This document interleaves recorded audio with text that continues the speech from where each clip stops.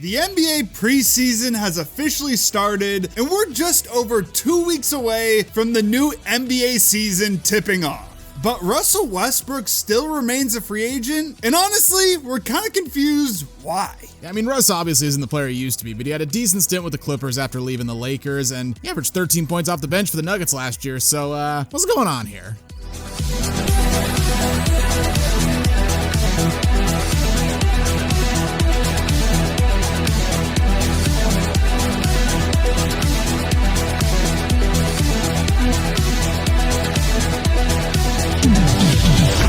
Before we start talking about why no one has signed Russell Westbrook, please give the video a like, subscribe to the channel, and hit the notification bell so you never miss out on any new videos. We do want to give a quick disclaimer before we start talking about Russ. Obviously, no hate to him. If Russ never plays another NBA game, he's obviously a first ballot Hall of Famer. He's straight up one of the best point guards ever, and in his prime, I mean, so many amazing highlights. He was so much fun to watch. Even with us being Dame fans, the Dame Russ beef, it's still just great memories over the years. And like I said, it was just a joy to watch him play. And even recently, despite his decline as he got older, we made a video like 8 months ago about how Russ revived his career. I mean, sure, he had that bad year with the Lakers. Things just didn't work out. I mean, it was a questionable fit going into the season. Like, how is he going to share the ball with LeBron? How is he going to, drive to the lane with AD in there? And it didn't work out, but he gets picked up by the Clippers. Overall, he was solid for them. He was the starting point guard there his first season, came off the bench in 2024 after they picked up Harden, and he even finished 7th in 6th Man of the Year voting. Plus, he gave him 11 points off the bench. I mean, he was pretty bad in the 2024 playoffs. Yeah. Call it how it is. But Yep. double figures off the bench, that's still decent production. Yeah, for less than $4 million a year. Exactly. You'll take that. And last year, he had the poor start for the Nuggets, but he really found his role on the team and was playing the best basketball he had played probably since he was with the Wizards. I mean, he gave them some scoring off the bench for a team that basically didn't have any depth, helped increase their free throw attempts, got them playing in transition more. In the playoffs, he had some huge plays down the stretch of the Nuggets game 1 win over the Clippers. And overall, I mean, he played pretty well against the Clippers in that first round. Kind of played like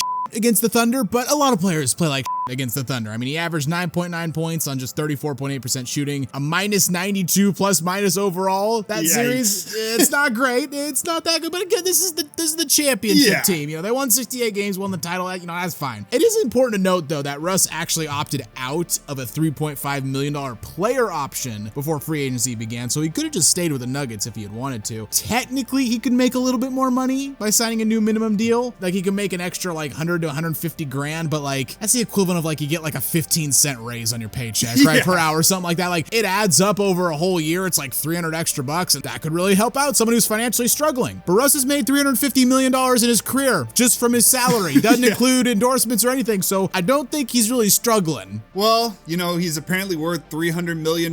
He did say he wants to be a billionaire, so maybe it's every little bit counts. Yeah, but obviously that can't be the reason he didn't opt in just to sign a deal to get $100K more. I mean, maybe he didn't opt in because he thought he was worth more on the open market. He was coming off, like we said, his best season in a few years, played pretty well for the Nuggets off the bench. So maybe he thought, he could make, 5-6 million elsewhere. Or it's also possible the Nuggets just went to Russ and they said, appreciate your service that 1 year, but if you come back, we plan on making roster changes. You're probably not going to see the same playing time, probably not going to get the same role. Or, if you opt in, we're going to look to trade you. So that also could be a reason. Yeah, that's kind of what I was wondering. It's well, if you come back, we're going to trade you. And Russ was just thinking to himself, well, I'd rather pick where I go than let the Nuggets pick where I go. Yeah. So I'll just go out on the open market and see what I can get. And there have been a couple teams linked to Russ this offseason. The Kings probably have been the team that's been linked the most. I mean, you got DeRozan, Levine, Sabonis. You're kind of directionless at this point. I mean, why the fuck not? Why not bring in Russ, Right. I mean, the Kings did open a roster spot in early September. They waived Terrence Davis, but they brought him back almost right away. Plus, they still have Dennis Schroeder, Malik Monk. I mean, the dream's dead probably for Sacramento. Rockets have been mentioned a little bit recently, especially after Fred VanVleet tearing his ACL, so he's done for the year. So now you need another point guard. Seeing him and KD back together on the same team in Houston would honestly be really fucking funny to me. Yeah, it'd be crazy. Yeah, but unless the Rockets make a trade to dump some salary, they actually can't sign him because they're too close to the first apron. So they'd have to probably trade a key piece, and I just don't really see them doing that for for Russ, at least right now. Maybe at some point during the season I could see it, but right now, probably not. Then you got other teams like, the Heat, the Knicks, the Bucks, all have been listed as potential destinations, but I mean, by the time this video goes out, we'll be, 15 days from the opening tip-off, and we're not exactly getting a bunch of, hot news off the press about all this team's thinking about signing Russ. It's basically been nothing for a while. So let's get into the reasons why, teams haven't been quick to sign Russ. The first problem, the dude is just so inconsistent. You just never know the version you're gonna get from him on a nightly basis. For example, he had 15 games last year where he shot below 30% from the field, but he also had 19 games where he shot over 60%. Of course he did.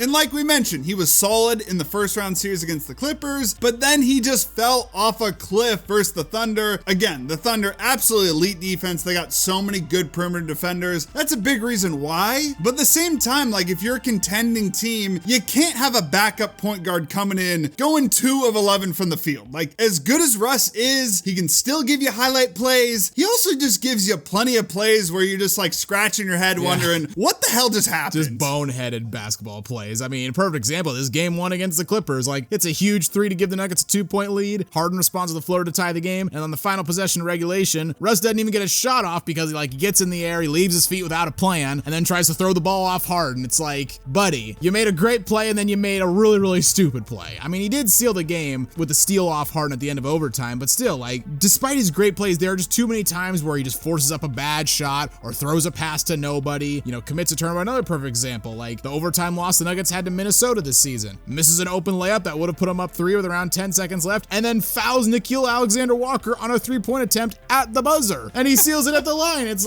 bro, you made not 1 but 2 potentially game-losing plays. And the other main problem with his game, he's just not a consistent shooter, and that's the thing that keeps veterans in the NBA. I know Richard Jefferson, he's talked about this before on podcasts. Him developing a 3-point shot later in his career, a consistent, borderline elite level 3-point shot, that's what kept him in the NBA, kept teams giving him contracts because, you don't have the same athleticism you used to have, you're not as good on defense, but if you can come in, space the floor, and hit an open 3, you're worth it in the NBA, especially the modern NBA. But for Russ, it's not only is he not consistent, teams will sag off him, you know, that decreases your spacing, and a wide open 3-point shot from Russ, especially if it's not a corner 3. It's a great shot for the defense. Yeah, as a defense, that's absolutely a win. So overall, just Russ, he's not as consistent as you'd like him to be for a veteran. And then another big reason, and it's probably, a smaller reason than the ones we just mentioned, he's still a confident, big personality. We've given credit to Russ in the past. He did buy into his role in Denver, bought into that 6-man role, and,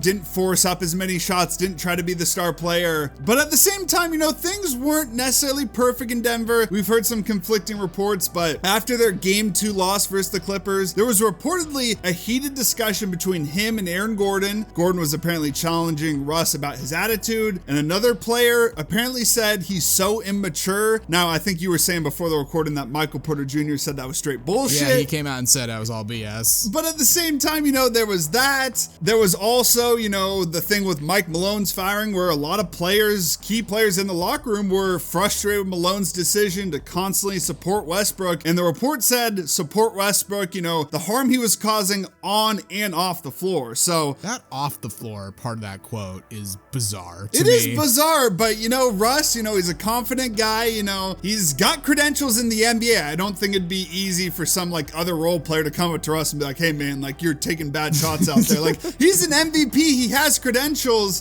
To be fair to him, it would be tough to, tone it back. He's been one of the best players in the league, one of the best players on his team, first and second options. Yeah, that's fair. It's hard to go from that to being a 6-man bench player. Yeah, fair. I mean, as we said at the beginning of the video, no hate to Russ. He's been the best or second best player on basically every team he's played on almost his entire life, I would probably say. And yeah, it's a tough adjustment to make. I mean, we just made a video on Carmelo and talked about the struggles he had doing this. So Russ definitely isn't alone. I mean, wrapping this up, I hope it's not the end for Russ, and I don't think it is the end for him. I don't think he'll make a team by opening night. I think, teams they just wrapped up media day, so they're all headed to training camp now. Bringing a guy in right in the middle of training camp, I feel like it's something a lot of teams probably aren't going to do. So I'd say give it a couple months. I would keep an eye on the Houston Rockets. The fit is just too perfect. Him and KD, apparently they've gotten over their bad blood. stud. They need a point guard. Fred VanVleet is not coming back at all this entire year, so you don't run the risk of, oh, Russ like balls out and then takes Fred VanVleet's spot. He's not coming back this year. I could see them signing him up for like a 1-year deal. If it doesn't work, just cut him. There's no risk to it, and you need a point guard. So I'd keep my eye on the Rockets, and overall, I don't think it's quite the end of Russell Westbrook's story in the NBA. I don't think so either. I think, yes, sometime during the season, you know, a contending team, they have an injury or something, or like you said, maybe the Rockets somehow work things out with the first apron and everything. I don't know the whole logistics, but they might be able to work it out, so...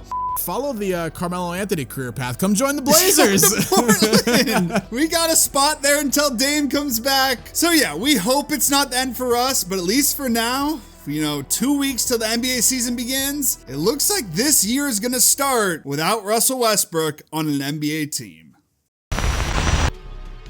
So what do you guys think? Will Russell Westbrook sign to a team before the season begins? Will he sign during the season? Or is this the end for Russell Westbrook in the NBA? Let us know in the comments below. If you enjoyed the video, please consider giving it a like. And hey, while you're here, check out some of our other content as well. And don't forget to subscribe to Synthetic Sports.